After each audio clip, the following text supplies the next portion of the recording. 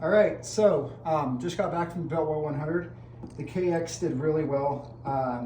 It did much better than I thought it was going to do. I had really good lap times on this race. It felt a lot more comfortable on this bike. However, a little bit into that first lap, I knew my suspension was shot.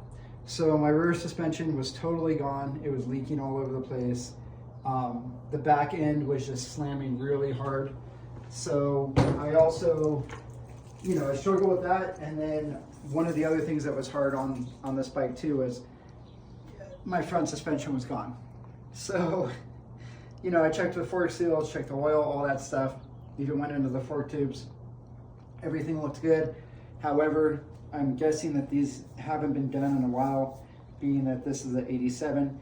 And when we were ratcheting everything down, going out to California, halfway through the trip around Flagstaff, I looked back and I could see that this bike was tipping over and basically the oil was dripping out. So I tried to rebuild them in Biltwell in California and, went through, filled it up with oil, drained everything out, did as much as I could, cleaned everything up really well, and then halfway through that first lap, it was leaking everywhere and I pretty much lost my front brake. So first thing first is I'm going to start with my rear shock.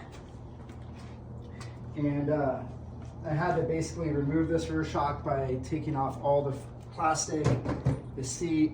You actually have to kind of take off your subframe. It's the easier way to do this, just to get everything away from that rear shock.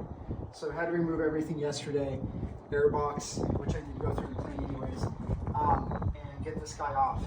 This is heavy, this is gigantic. And I've been doing some research.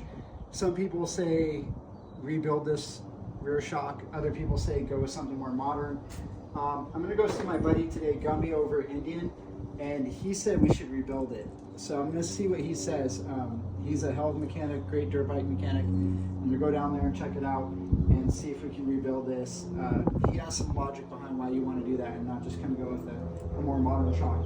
I'd love to hear what you guys think about this. So now we're taking this apart. I'm gonna head down to Indian, drop this off with him, get some advice, and then if we rebuild it, I'm gonna show you how to put all this back together. All right, thanks.